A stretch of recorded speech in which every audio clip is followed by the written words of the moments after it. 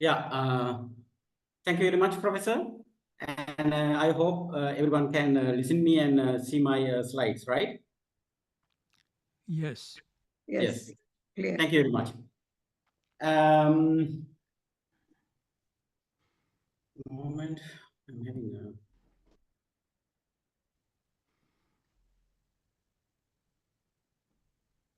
Yeah. All right. Something is covered my screen. It is okay now. And thank you again. So without wasting much time, we directly go to the slides. Yeah. Okay. Anula Devi Stupa. Actually, this is the last effort we have done last year for as an excavation located in Anuradhapura. And if I give you a little orientation like this, and in Sri Lanka, located in South Asia, in the Indian Ocean, and we have nearly 230 kilometers from Colombo to Anuradhapura first. Then this location is actually we can find this location near the Mihintale, so-called Mihintale. I think many people in there. So someone of you and maybe all, I don't know, visited Mihintale. But the Anula Stupa is locating a little bit northerly from Mihintale, so-called famous archaeological sites. The Mihintale archaeological site is located somewhere here, and the Anula Stupa locating somewhere here. And this is the general overview of Anula Saya, and you have a kind of a messy map your right hand side, but don't think about it because it is really a technical drawing. I will explain you clearly. And this is one picture to southern direction from Anula Devi Monastery site. And you can see on the mountain the Mihintale Chetia, this white color thing here. So this is the location actually, and in the location we can see a rocky outcrop, not a huge and tall one like in Mihintale, but this is somehow 1 kilometer long from south to north, right? From here to here. This is the rock outcrop line, and these two lines are the west and the east boundaries of the rock outcrop lines.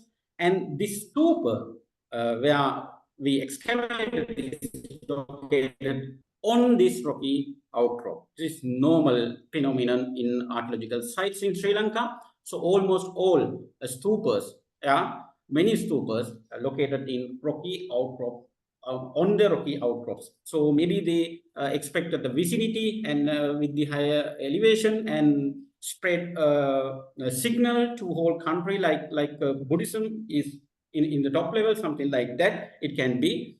And it is a nice topic again for a nice research for someone. And here also we found the similar situation. It is located in the rocky outcrop.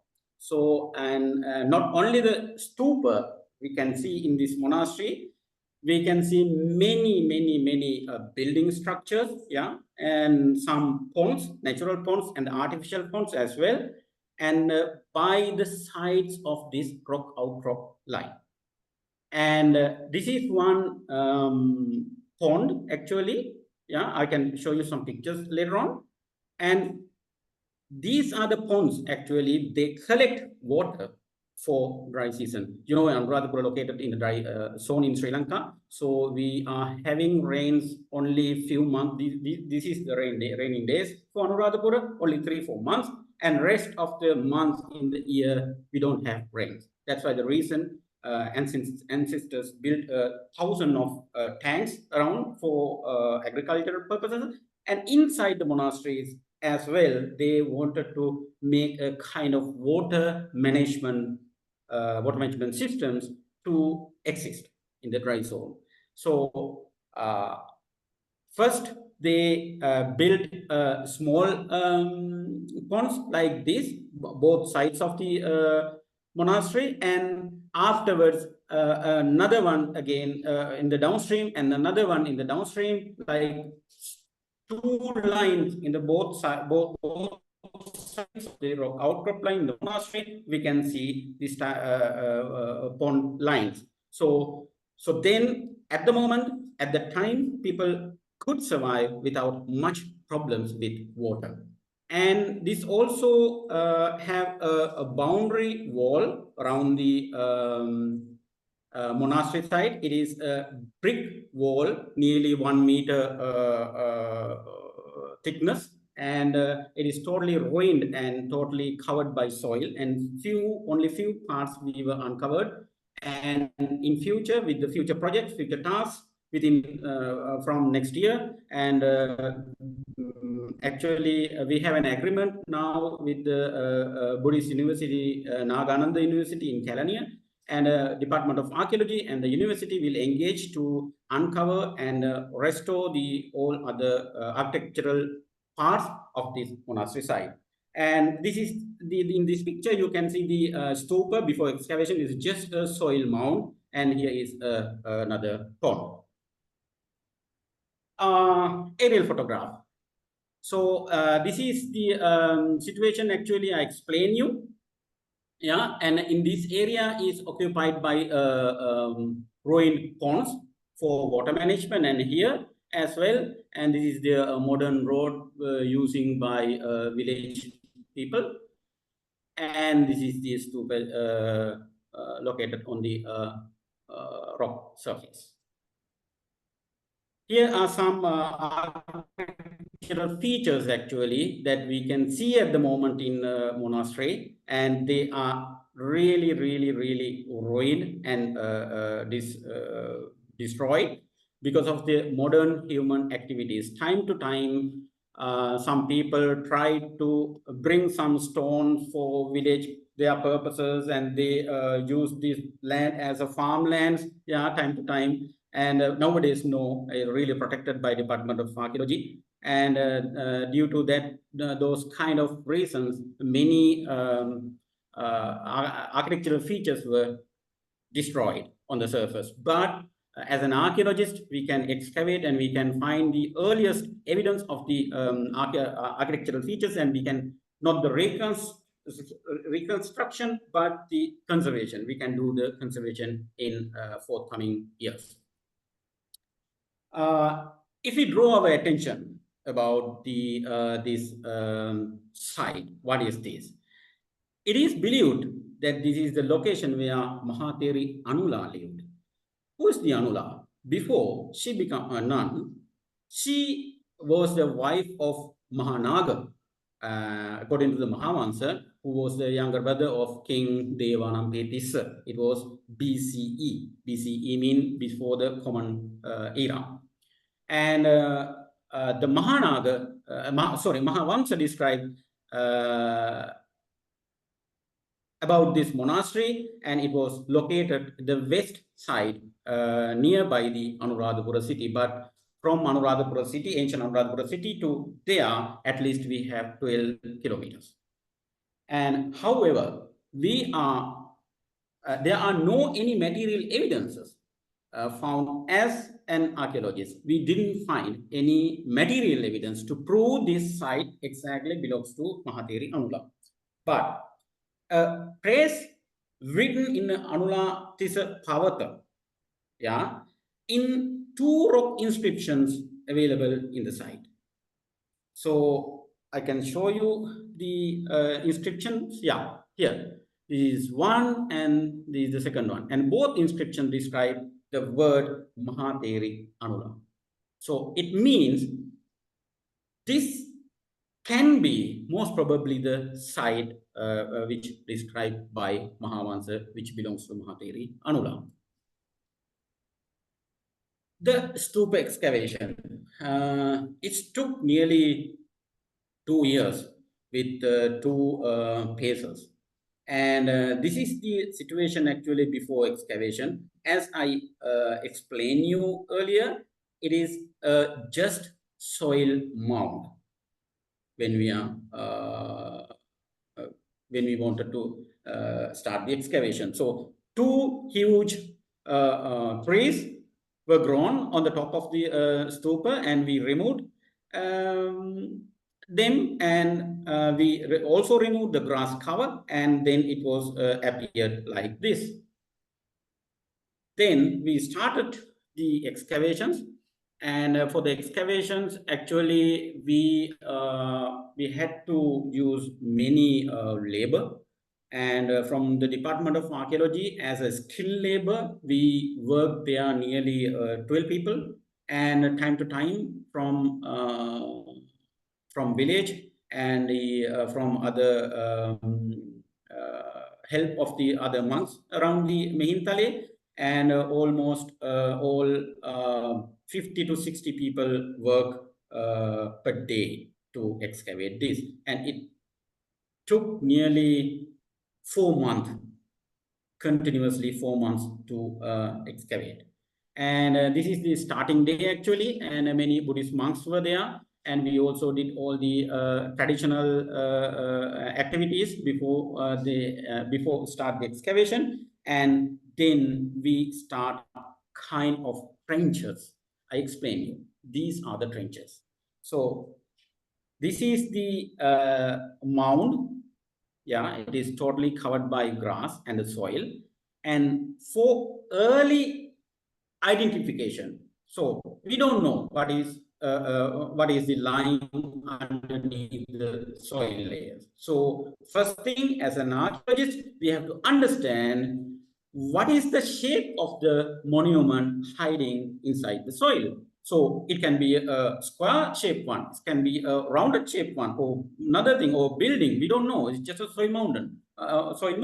So therefore, first thing, as an archaeologist, we do identification excavation as a trench.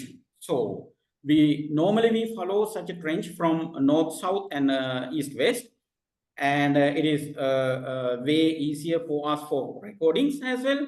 And you can see here, after we finish these four trenches, slightly you can see the shape of the monument here, right?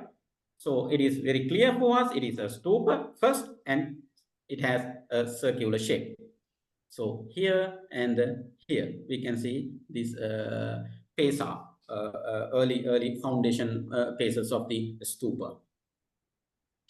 So a closer view, those trench excavations, and you can see here it is.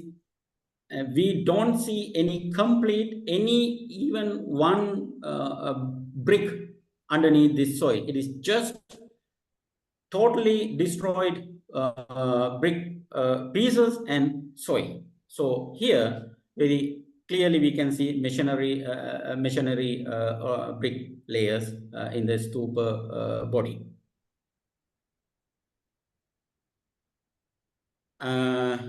So after the stupa excavations, normally we remove one quarter. So, you know, if we intersect a square, it has always 4 quarters. So then we start to excavate the one quarter until we reach the stupa body. So this is the phase while we are excavating, and here is the look after 1 quarter excavation. So actually, for these things, as an archaeologist, we use for first top soil layers, we use heavy tools like a pickaxe or shovel, something. But when we know that now we are reaching to the bricklayers, then we only use small tools like hand pickaxe, or kind of scrapers and tiny things, because we don't want to destroy even a one brick which belongs to the stupa body. So as a result of these techniques, we could reach this stupa body nicely and gently without destroying even a one brick. And our skilled laborers are always keeping their attention while working the non-skilled labors. So this is the archaeology, actually, field archaeology, what we are doing in the excavations. So after then, step by step, we remove 4 quarters around. So at the end, we can see the stupa like this shape. I explain you, maybe one can have an idea why this stupa doesn't have a proper shape. The stupa has a shape. It is like a dome, very clear dome. But here it is, we cannot see any shape from this dome. I explain you very clearly why it appear like this irregular shape.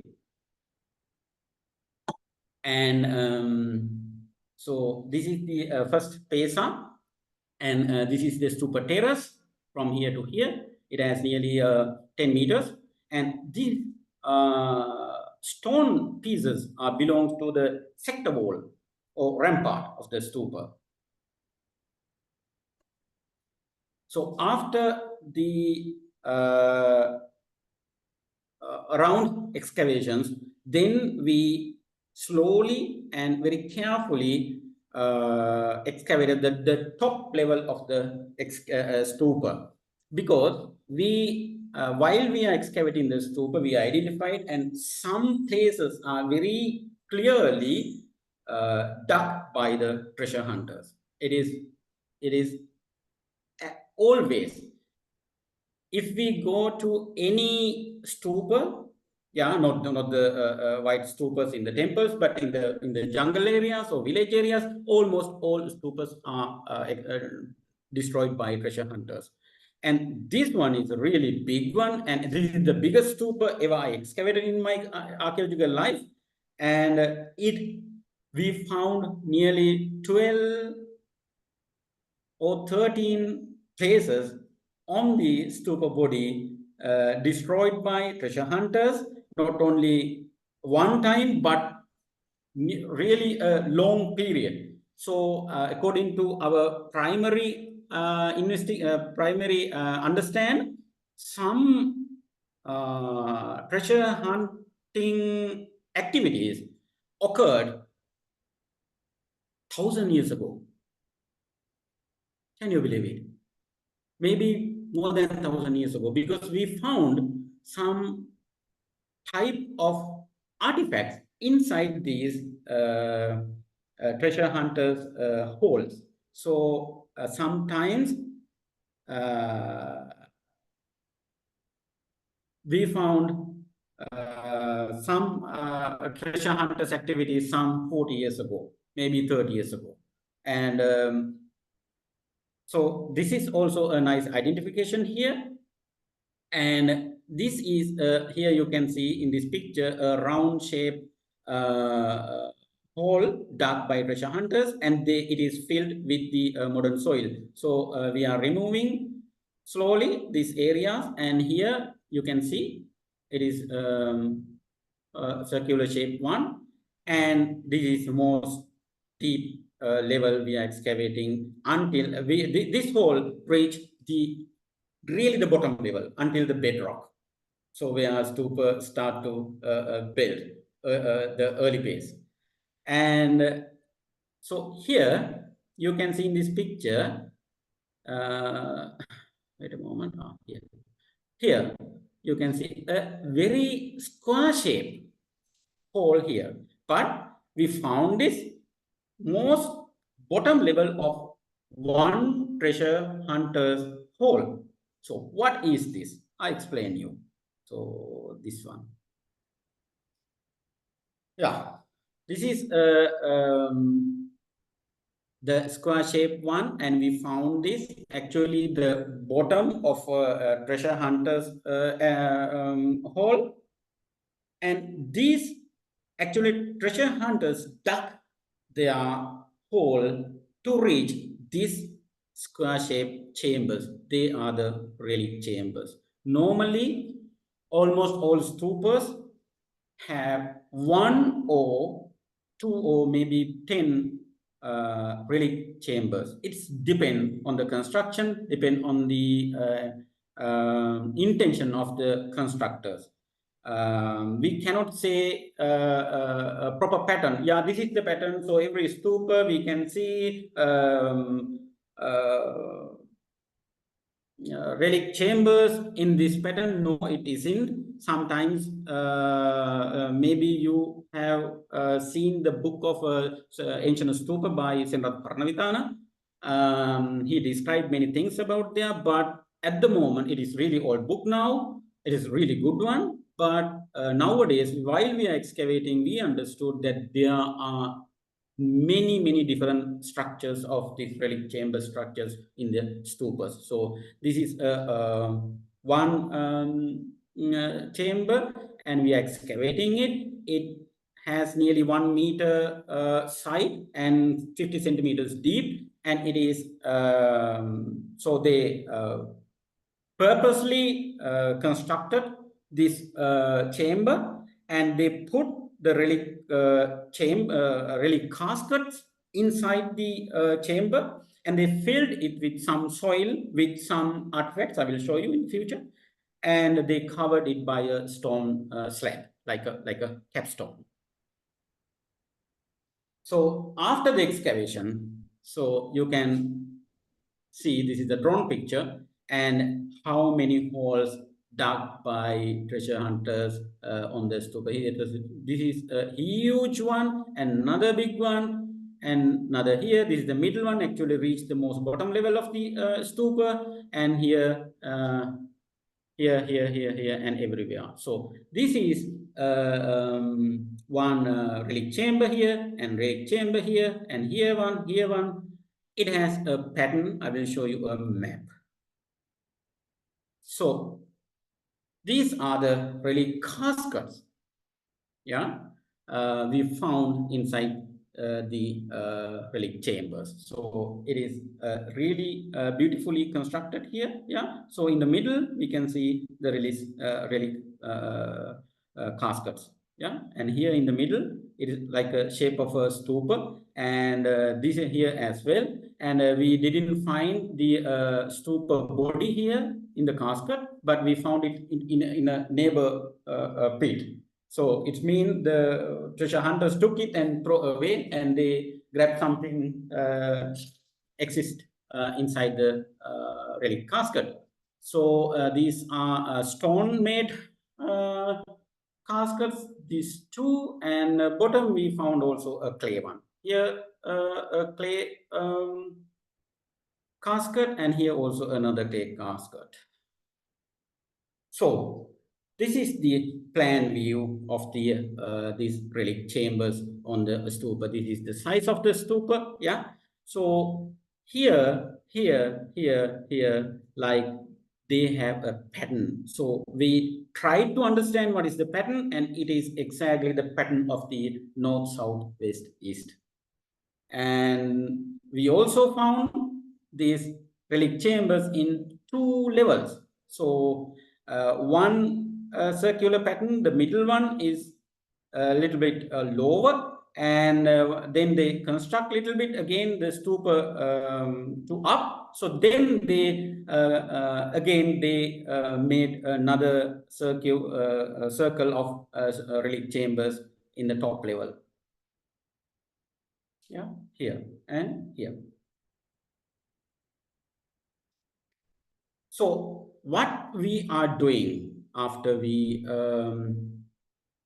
I'm really sorry. I'm at the moment I don't have power, the electricity, but hope you can see my screen. It is not a problem, but I'm in a little bit dark now. Sorry for the inconvenience. Yeah. We can see clearly, no problem. Yeah. Okay. Thank you very much. So this is the clay casket before we clean the inside, and this is one square shape marble casket. We also have the cap here, cap stone for this casket as well. And this is the one I showed you in my former picture, the circular one, and this is the top part of this casket. So we can grab this and place on the top. So then it is like a stupa. So then we take out all the materials inside the casket, and here, like this way, we use a small tool, and here we found some small beads from ornaments. And here also we have a bangle here, and we also found some piece of bones. I will show you.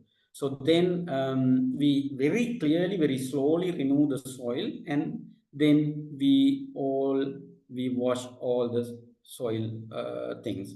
So then we can easily sort and pick all the archaeological materials from dried washed sand, and we found this type of beads. These are really, really small beads, and we nearly found 7,000 beads from this excavation. So this is only few. Yeah, so you can understand the size of a bead from this centimeter. This is 1 centimeter. So then one bead size is nearly 2 millimeter. It is the small one. So here as well, centimeter and the size of a bead, and centimeter size of a bead, and different type of nearly 30 to 35 types of beads we found there, and gold. And material wise, we can categorize them: gold beads, clay, semi-precious stones from Sri Lanka, semi-precious stones from India, Deccan. So at the end of the excavation, in one place we found this collection of a bulk of beads, and so according to our experience, we really understood, yeah, this is one necklace, and we put all the beads together to make this necklace. It is nearly at least 1,800 years old necklace now. So it is, we will publish this in the final report. And material, these are a calc, what we call calc. It is limestone beads. And we also, not only beads, we found some coins. Yeah, I took these 2 pictures. This coin we call punch mark coin. This is the first coin Sri Lankan people used. The first coin. It belongs to 2nd century BCE, and this is a swastik coin, also used in 1st century BCE in Sri Lanka. And we also found elephant mark coins and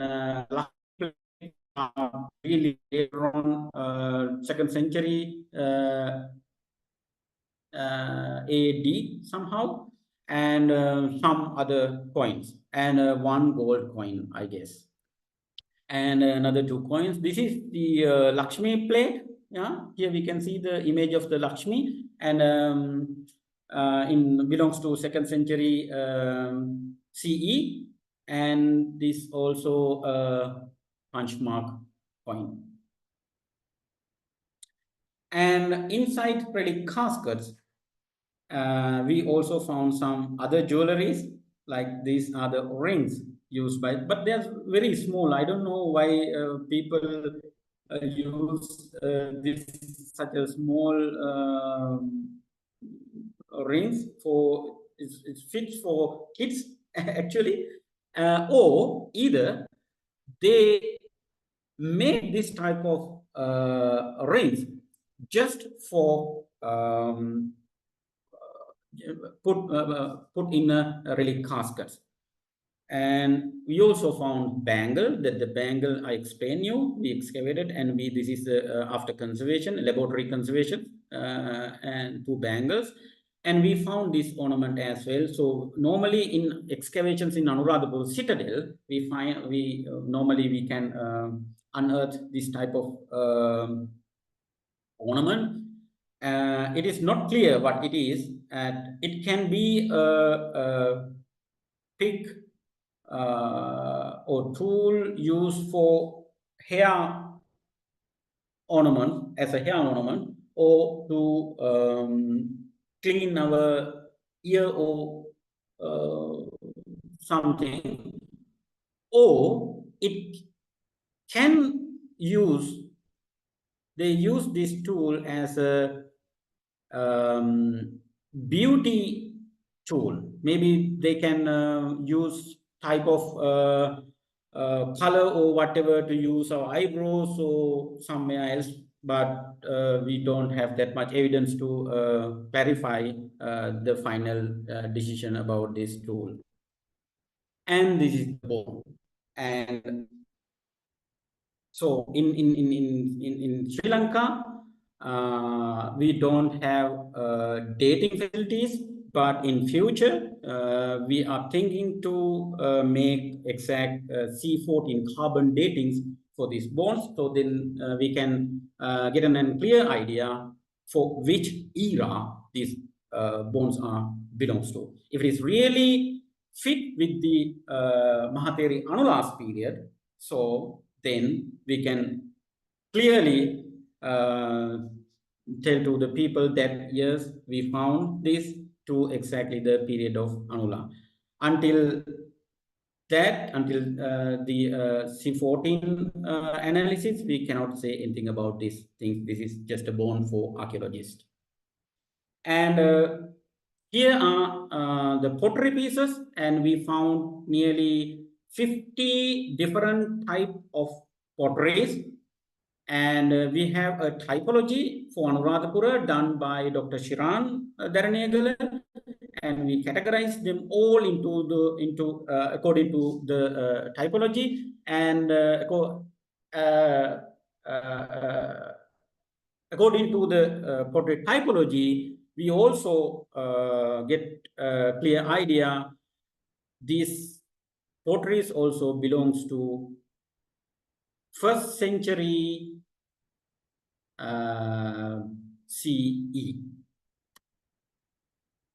And this is the final slide actually. And here you can see the whole stupa in a closer view.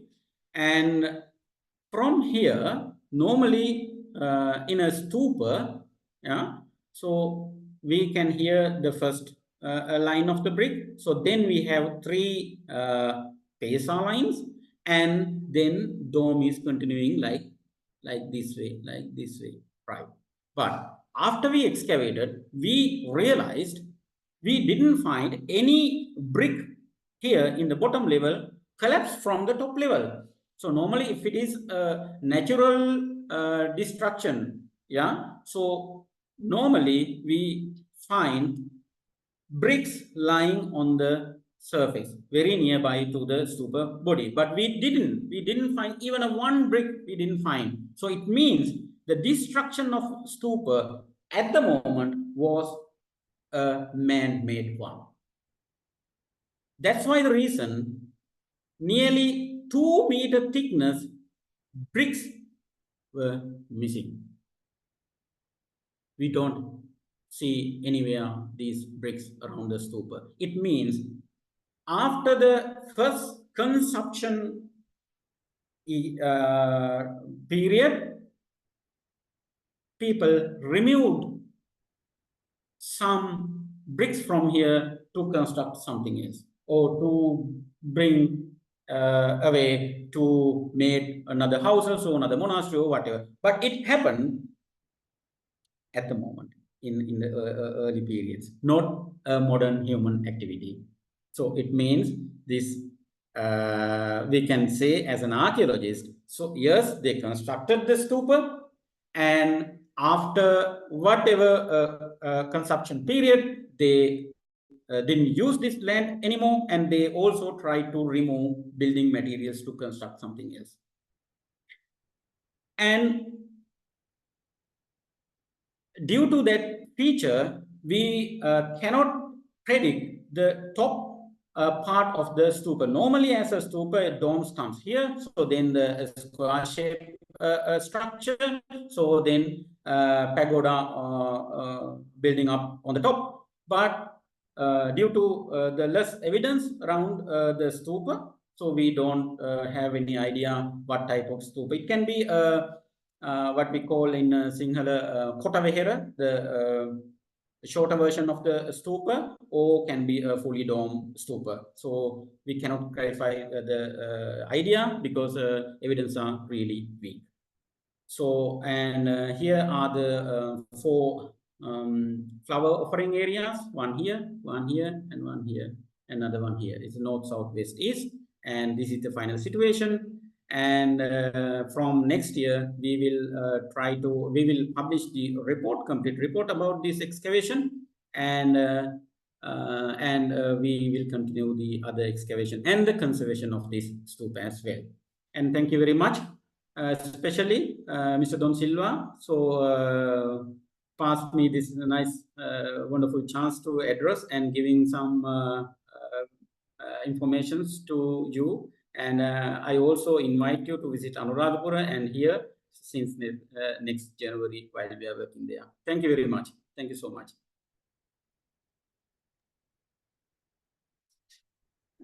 Thank you. Thank you very much. Thusitha, that was really fantastic listening, a real detective story almost, and very sad in some sections, but also very wondrous. Now, you said the base was, if I may just ask one question before we opened, you said it was that 1 meter or 1 kilometer, you said, or the base from the length across. Is that the usual about what's, had it been a tall stupa, would it have been much smaller than places like Ruanvelisaya, or you mean the basement, right? The foundation, right? Judging by the base. Yeah. And here, actually, we don't have that much deeper base for this stupa because it's constructed in the top of the rock surface. So, collapsing ability, it is really, really rare, very less. So, due to that reason, they constructed only 1 meter deep foundation. But if I have experience in 2002, I excavated in Jetavanarama Stupa, the biggest one in the world in Anuradhapura as well. And we dug 27 feet until the bedrock through this foundation. 27 feet means 7 meters deep.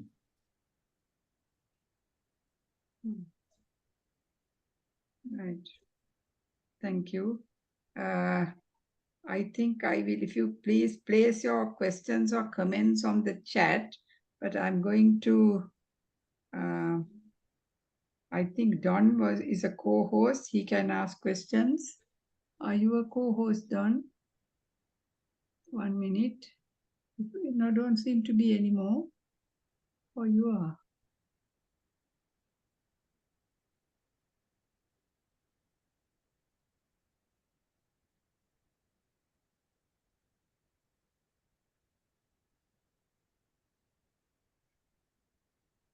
Don, you can now unmute yourself, Don.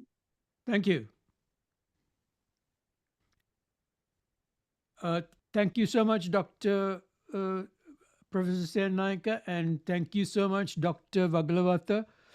That was a very, as Professor Sennaika said, that in some ways, hearing you, of course, is rather wonderful and super. In some ways, as Professor Sennaika said, it is a little sad to see the physical destruction to the place. But I'd like to just say thank you so much for your efforts and for the activities of the Department of Archaeology for excavating this extraordinarily wonderful site. I've got a lot of things to ask you, but I'm not going to do so because I'm conscious of the fact that there are many others who would be ready to ask questions or may come in later on.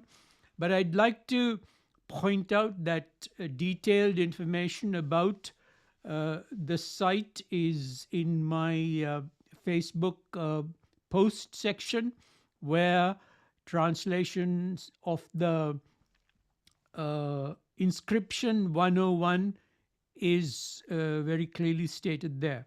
So, Dr.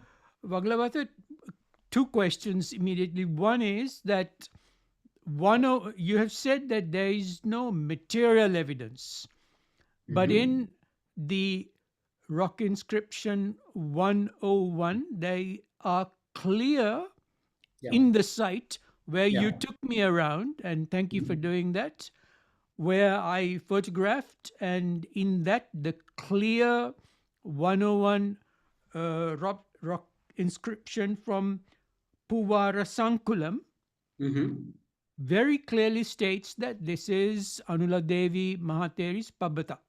Yeah.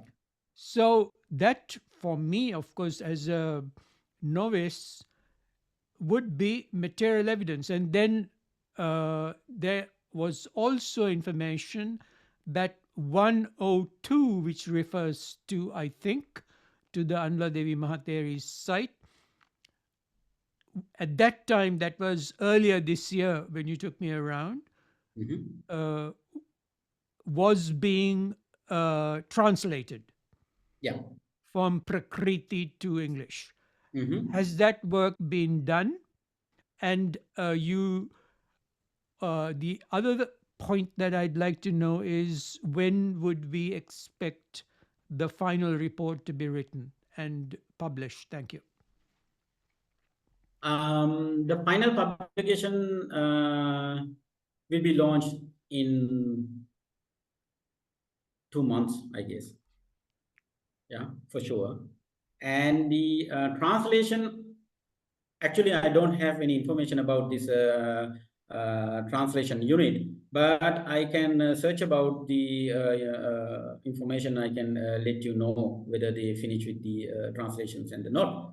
And yes, of course, inscription also a material evidence, but what I meant as material evidences mean like a thing we find in excavation, like yeah, of course, if we can prove the bones at least belongs to the same age where Mahatheri Anula lived, then it is a real nice and really strong evidence for us to prove, yes, this is the site to say. So until at least we need 2 or 3 to finalize an idea. Until then, we are keeping little silence about these type of things.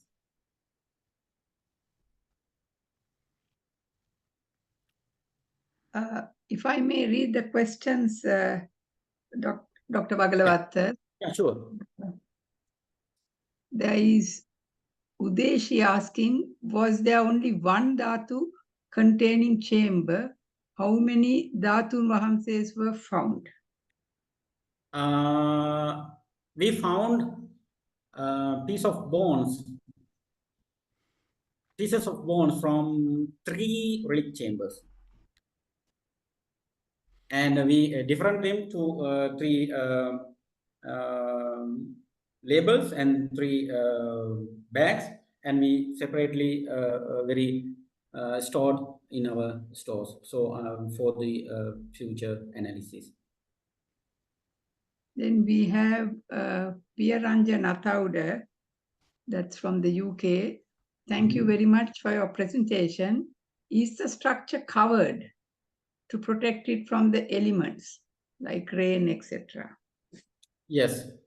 Since this January, we're going to build a circular roof on the top of this monument, and it will exist then after as a live museum.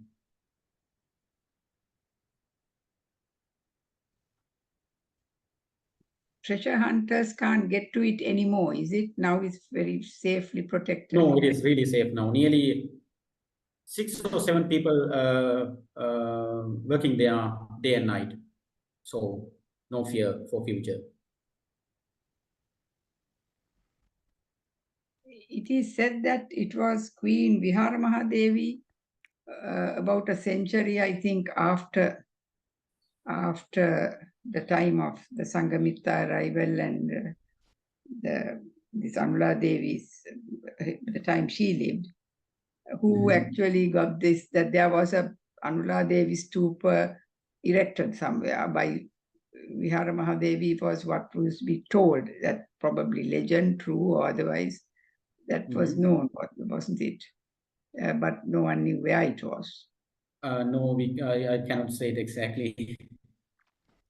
What, if I may ask, what is the, has the second rock inscription been translated and studied? And what has been the outcome of that? I didn't get a question, please. Dr. Wagalawatta, has the second rock inscription that was found, has that been translated now?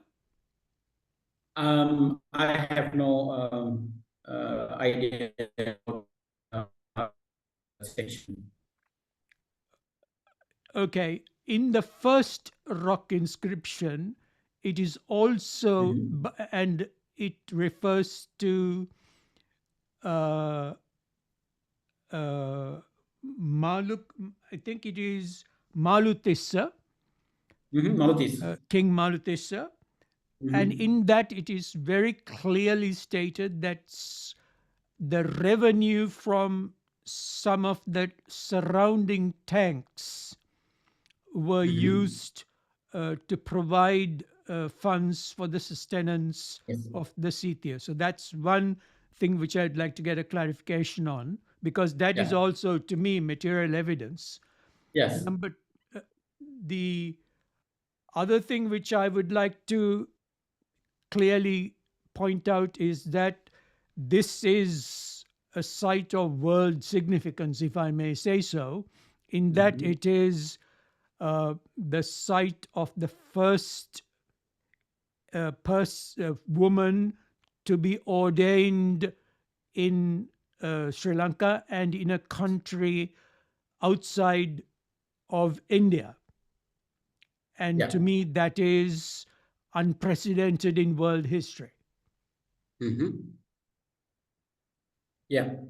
And the first thing you told about this, the tax system. So the tanks nearby or in the vicinity of this Anula, this monastery, and it is also a kind of normal phenomenon for ancient time. So another example we have nearby the Anula city in the Perimeyankulama inscription written in the Abhayagiriya monastery, and it also mentioned that the word Majibaka means that the tax from fisheries, fishing income, so should pay to the monks in the Abhayagiriya. And here also have similar situation. So all the tanks should, or not the tanks, but the people who use the tanks should pay the tax for the monastery.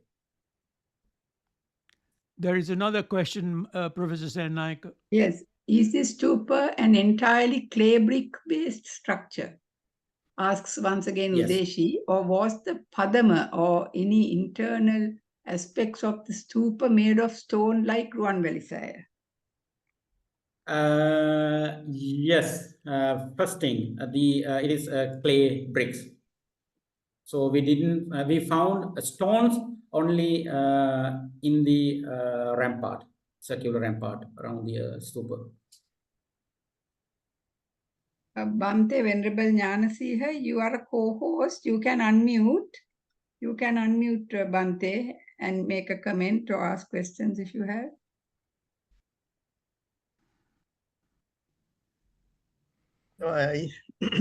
I should say it's quite an interesting talk, and I appreciated that very much. There are many issues. Now, say the size of a brick, I think that's also important. In the earlier monasteries, we consider the size of So I do not know what the size of a brick here, but that also has some clue to the dating of the of a stupa. And also in Mihintale, at the lower, there is a bhikkhuni. There was a hospital.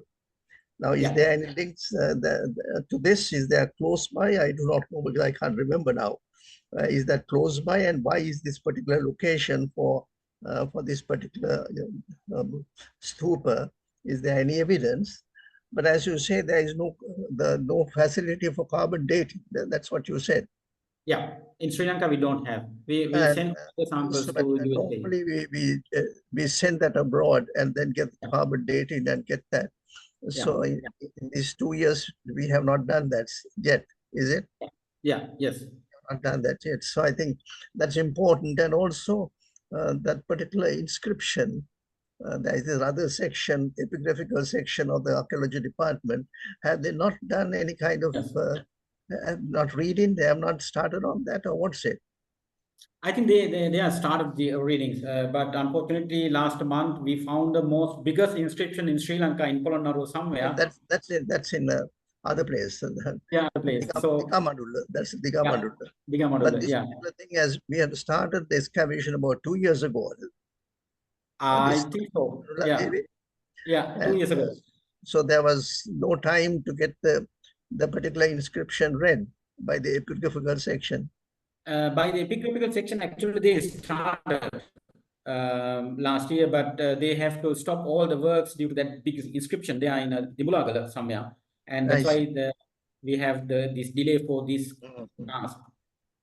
So all what could say is that there is so much of future work on this, and for the identification, but the Mahavansa reference is there.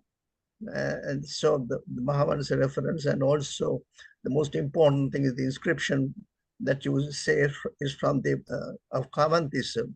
Kavantis's time, that inscription is important. And the thing, so is it an isolated? Is it part of a monastery bhikkhuni order, or is it isolated, this particular site? It is it is type of isolated monastery, but but until today, 2 bhikkhuni monasteries are existing there. So 2 families, I guess. So they are not connecting each other, but bhikkhunis are living there. But since we start the archaeological task since last year, now it is really active now. And as I told you, according to the memorandum of understanding with the University of Nagananda in Kalanian, and so now since this January, it will be really active, and many people will work there, many offices and museums and the constructions, and so it will be a rapid task. What do you surmise is the historical importance of this excavation? You're after 2 years being there, so what is your surmise? Is there anything that you could historically, the importance of this? Not yet. Particular idea. So I cannot give you a particular idea, special idea or something else, but the according to my point of view, so when I see the bricks in the stupa and the type of other architectural features available on the site, and there are another 3 stupas also there, and the coins evidence and the potteries. My idea is this is maybe they constructed 1 century after Mahatheri Anula lived. It is just my opinion. It is not a final answer. Please, Reverend. Yeah. What you're saying is those relics were there, and possibly after about 100 years, they thought of having a stupa. Is that? I don't know. So whatever it is interesting, as Dr. Don mentioned, Anula Devi is important in history, and she is the first person to understand in this country the according to the Mahavansa, the first to understand the Dhamma was Anula Devi, and that's important, you know. And then it's at her request, because when she wanted to be a bhikkhuni, that that Sanghamitta, the sister of Venerable Mahinda, came to Sri Lanka. So the thing is, it's to that extent, if it's Anula Devi's, there is some historical importance, because as identification, in the same way as I was mentioning, there was a discussion when there's the excavation at Rajagala, you know, the inscription there, which identifies one of the bhikkhus who came, the arahants who came with Venerable Mahinda. I think it's so in the same way, the historicity is important, but for that, I think we should get the inscription read as early as possible. Yes, sure. So, Exactly. and also again, may you kindly repeat the future work that has to be done in this site? The future work. Yeah. What are things, 1, 2, 3, what are the future that you consider? First thing, most important thing is the roof for the stupa, as a, you know, to the cover the stupa monument. And so then we will excavate the rampart for whole monastery, as I explained. So then step by step, other stupas and excavations and the conservation of other architectural features on the buildings and the ponds as well. So thank you very much. And also I have to congratulate the president of Service the Buddha for getting this. Normally we have been listening to Dhamma, but here we have another aspect, the cultural aspect of the coming of Venerable Mihintale, and that's as important as the Dhamma that is being recorded and been kept in Sri Lanka. In the same way, our cultural tradition, the culture of this country is based on Dhamma. And I think there's a new move by the president of Service the Buddha to get another archaeologist to speak on this particular important aspect. Thank you very much. Thank you, Bhante.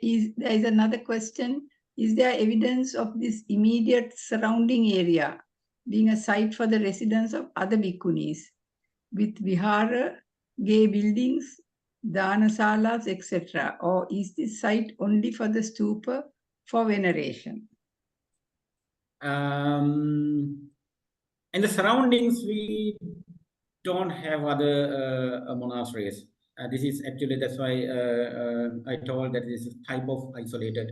And from the future excavation, we will definitely, for sure, we will find the armholes and the Jantagara, what we call in ancient time, and the other monastic features which really need to exist as a independent monastery. I'm for sure about that. Dr. Wagalawatta, I like to ask maybe a stupid question, but who actually funds all this? Do we get any sort of international funding like UNESCO or anything for this sort of work? Or actually, we work there with two funds. First one is government fund, and the second one is from the University of Nagananda. And for future, and it will work together as well. Dr. Saranaika, I have got a couple of questions to ask. First yes, of all, go on, Don, go on. Could I say that this site could be part of and does have huge potential to be part of UNESCO's World Heritage Site initiative, which records and identifies and acknowledges sites of historical world significance? And I sincerely hope that the Foreign Ministry is being informed about this very important site that is going on. Because from the feedback that I have received from my posts, there is global interest in this particular site from the basis also of equity and justice. As the visit of Sanghamitta Mahatheri and the conversion of Princess Anula and some 500, that would be many, as mentioned in the Deepavamsa and other historical chronicles, is something that is unprecedented in world history. The other point that I would like to just say, Dr. Wagalawatta, is that from what you're saying, this also from me personally, as from an environmental scientist point of view, you have really clearly stated the waterways, the ponds for water conservation and so on. So I hope we can get a separate environmental study based on the findings of the site.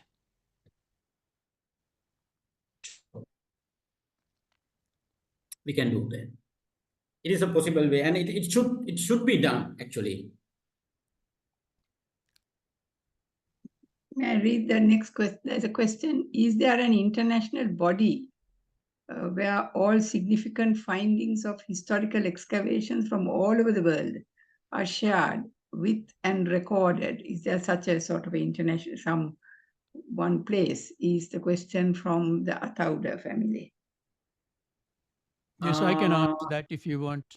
Yeah, go ahead, Don. Answer that, Don. This area belongs to UNESCO, which is based in Paris, and they have a particularly initiative called the World Heritage section, which records historical sites of world significance, and countries have to submit the application or the requests, and that is considered by UNESCO experts, and then a decision is taken. Yeah. If you go to UNESCO's site, you will find the section on the World Heritage sites that are currently prevalent in the world. Thank you. Thank you, everyone, for all those questions and interest. And most of all, of course, Dr. Thusitha Wagalawatta has to be congratulated. And it's such a fascinating subject. Archaeology is whatever you find is publishable, isn't it? And everything is a discovery. So that is wonderful. But this particular one, I agree with Don. This is of massive significance because it speaks, looking at us as a country even, shows the status of women in Lanka, which is, Rudyard Kipling was that about 250 years ago, right, saying, teach women anything but religion. And here we have, apart from the fact that up to now we have been seeing murals, pictures drawn of King Devanampiyathissa kneeling, going into the water and kneeling at the, before a woman, bringing something, of course, ordained female, to have had nuns, in Buddhism, and also in Sri Lanka for that matter, and that there is such a site venerating a woman. I don't think that's there in India. Although there was a high place, the little I know is that they were there in numbers. They were there in equally enlightened and on that phase spiritually advanced. But the Bhanukas and things, somehow they were a different. There was a step below, and that continues in India's gender, the gap. But Sri Lanka doesn't have that gap. So Sri Lanka has had it from that time, maybe thanks to Sanghamitta, also thanks to Anula Devi. Otherwise, she would not have been venerated like this. Exactly. So that's an amazing thing to, that is its number one significance. And even the world's oldest tree, the way I see it, again, it signifies to an extent the Buddha's enlightenment, yes, but also the status of woman.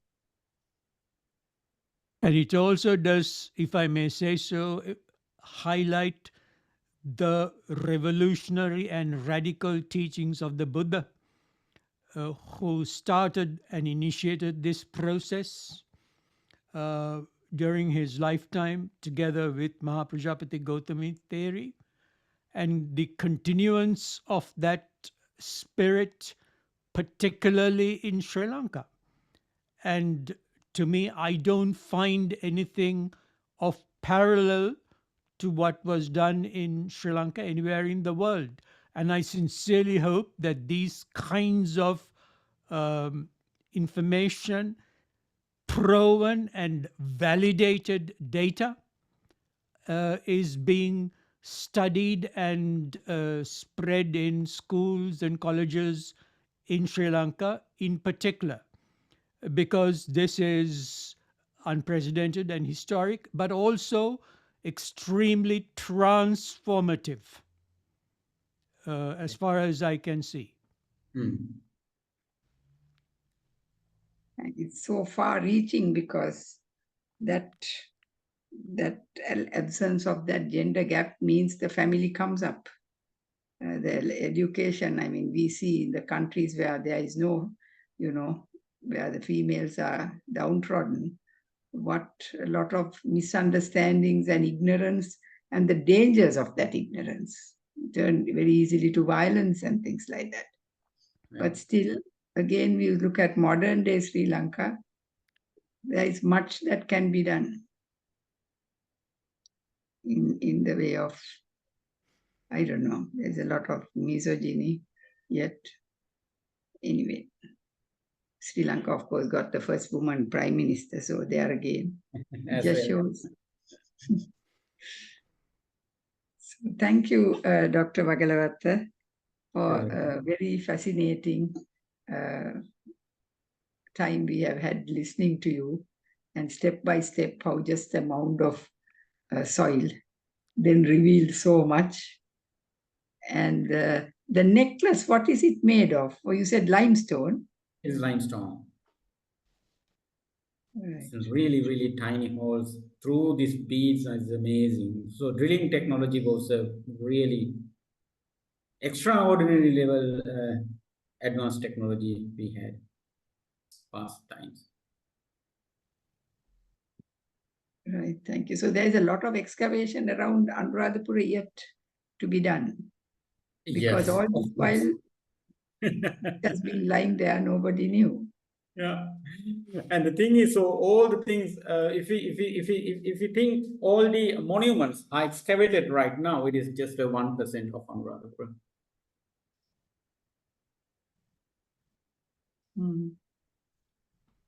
Anyway, thank you for the work that you have done, and congratulations to you and your team, and for giving us the time, and to all those who joined, and Don, who has had the privilege of actually visiting, and I think also going, I'm sure he also went down on his knees and looked at things, because he was there for 3 days, I think. So that's wonderful. So this has a tourist potential as well, a religious potential, yes, national, international interest.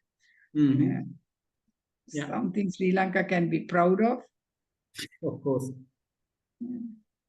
So thank you. Thank you once again, and the Venerable Sir and everybody. Shall we end? Is there another question? Can I, or just many thanks to the servants of the Buddha also, says one of our listeners. And Samantha Jayatilaka says, very interesting, thank you. So with that, shall we, with those positive comments, we end this very wonderful session. May I please request Bhante to recite the stanzas in sharing this merit that we have all today gathered, and all those who have, contributed to the success of this session in one way or another. All those who worked at the site, from whose relics are probably were enshrined here, the departed, and of course the members of the servants of the Buddha included. So let us share the merits with the departed and the devas.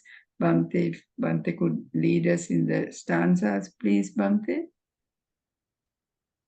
Idang me nyati nang hotu sukita huntu nyatiyo. Idang me nyati nang hotu sukita huntu nyatiyo. Idang me nyati nang hotu sukita huntu nyatiyo. Ettavata cham yehi sambadang punya sampadang. Sabbe deva anumodantu sabba sampatti siddhya. Ettavata cham yehi sambadang punya sampadang. Sabbe deva anumodantu sabba sampatti siddhya. Ettavata cham yehi sambadang punya sampadang. Sabbe deva anumodantu sabba sampatti siddhya. May all be well and happy.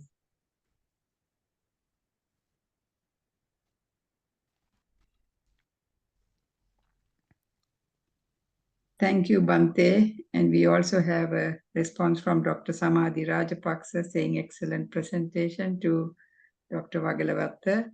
So thank you all. And may I just remind that next week's talk is by sheer coincidence, a sort of a follow-on of a sort.